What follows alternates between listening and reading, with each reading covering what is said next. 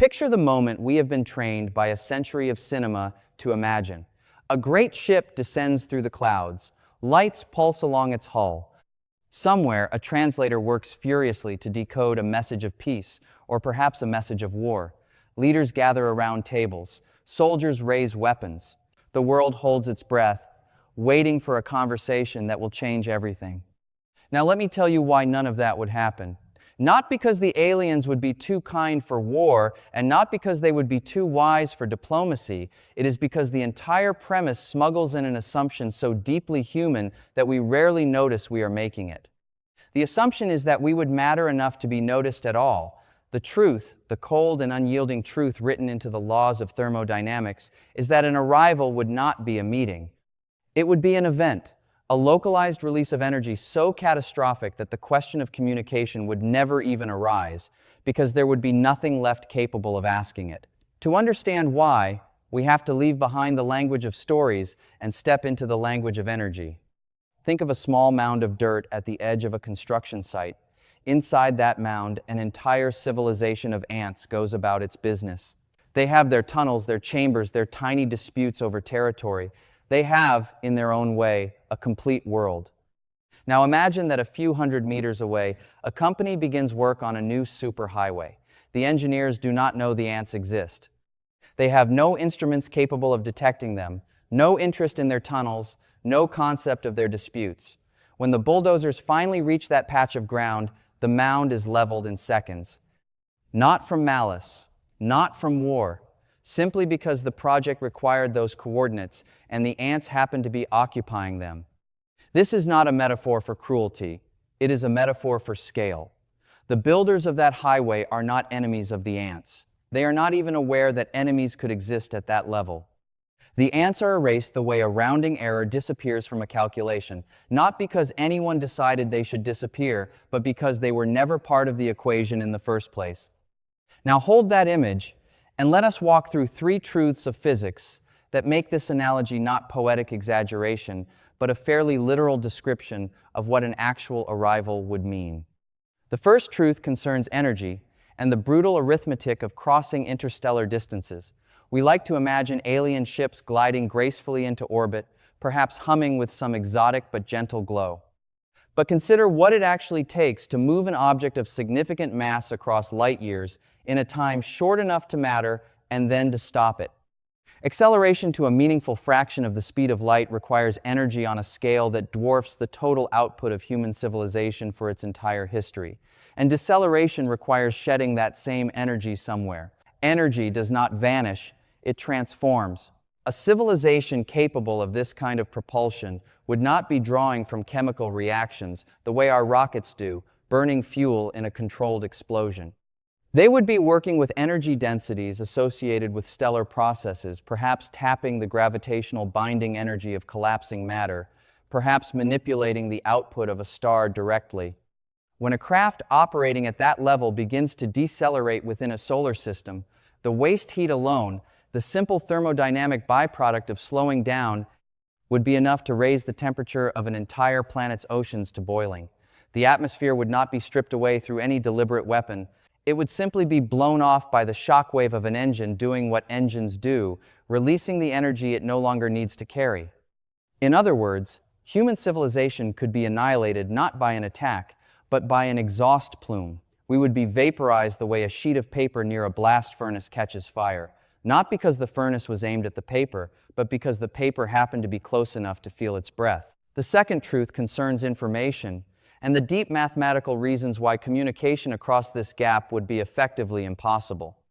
We tend to assume that any sufficiently intelligent being would eventually be able to understand us, given enough time and patience, the way two human cultures with different languages can slowly build a shared vocabulary.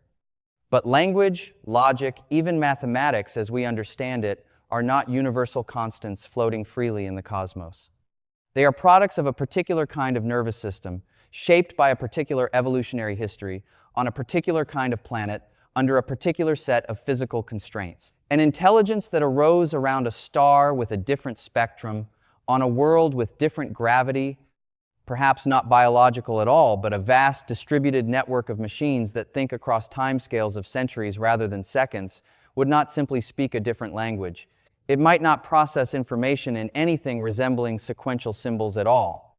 Its concept of self, of cause and effect, of past and future, could be structured so differently that our entire framework of communication would arrive as something closer to noise. Not a code waiting to be cracked, but static with no message hidden inside it. We sometimes imagine this as a translation problem, as though given enough time, a Rosetta Stone could be found. But translation requires two systems that are mapping onto some shared underlying structure. If the underlying cognitive architecture itself shares almost nothing, there is no bridge to build. It would be a category error to expect otherwise, in the same way that a hurricane cannot be reasoned with, persuaded, or warned. The hurricane is not ignoring you. It is operating according to principles that have no slot for you in them at all. The third truth concerns matter, and what an arrival would actually look like in practical terms. Here is the part that should unsettle you most. The greatest barrier to interstellar travel is not propulsion alone. It is the sheer cost, in time and energy, of moving living beings across such distances and keeping them alive.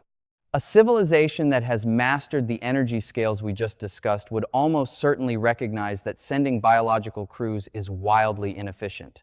The far more elegant solution, the one favored by the unforgiving logic of engineering, is to send machines, specifically self-replicating machines. A single probe arrives, and its task is simple: land. Disassemble the available material, the crust, the mantle, whatever atoms are useful, into raw components. Use those components to build copies of itself. Launch those copies onward to other systems. Repeat. There is no malice in this process. There is no conquest, no message, no recognition that anything living once occupied the material now being reorganized into spacecraft components. From the perspective of the probe, a planet is simply a deposit of useful atoms, no different in kind from an asteroid, except perhaps less convenient because of all that water and atmosphere getting in the way. The dismantling would proceed with the same emotional weight as a machine harvesting iron ore. None at all. What would remain afterward is not a battlefield, not a graveyard, but a quarry. A world stripped down to its useful elements and left as a husk, while the next generation of probes already streaks toward the next star. This is the encounter our movies promised us would be a conversation. In physical reality, it would be closer to a geological event. A planet that had, for a brief cosmic instant, hosted something that thought and dreamed and wondered about the stars, simply ceasing to host anything at all, and the universe would continue precisely as it had before. Because at the scale these processes operate, our presence or absence would not register as a variable worth tracking. I know this can sound bleak, laid out so plainly, but I want to suggest that there is something else here, something that feels to me far more valuable than the comfort of imagined rescue or imagined invasion. There is a kind of maturity that comes from looking directly at our scale in the universe and not flinching from it. We are not the protagonists of a galactic drama. We are not important enough to be feared, or conquered, or saved. We are a thin film of chemistry, clinging to a rock for a sliver of cosmic time, doing something that, as far as we can tell, almost nothing else in the visible universe is doing. We are noticing. We are asking questions about the very forces that would, with total indifference, end us. That is not a small thing. It might be the rarest thing there is. The energy scales that would crush us are the same energy scales that power stars, that forge the atoms in our bodies, that stretch the fabric of space-time itself. To understand even a fragment of that, to write down equations that describe the heat of a stellar engine or the binding energy of a collapsing core, is to participate, in our small way, in the same physical reality that operates at every scale, from the ants in their mound to the builders of the highway above them. There is a particular kind of awe available to anyone willing to set aside the fantasy of being rescued and instead simply look at the numbers as they are, the distances, the energies, the sheer scale of what it would take to cross the gulf between stars. These numbers do not care about us, and there is something almost beautiful in that indifference, because it means the universe is not a story written for our benefit. It is a structure, vast and mathematical, that we happen to be standing inside of for now, capable of understanding pieces of it even as those same pieces would erase us without noticing.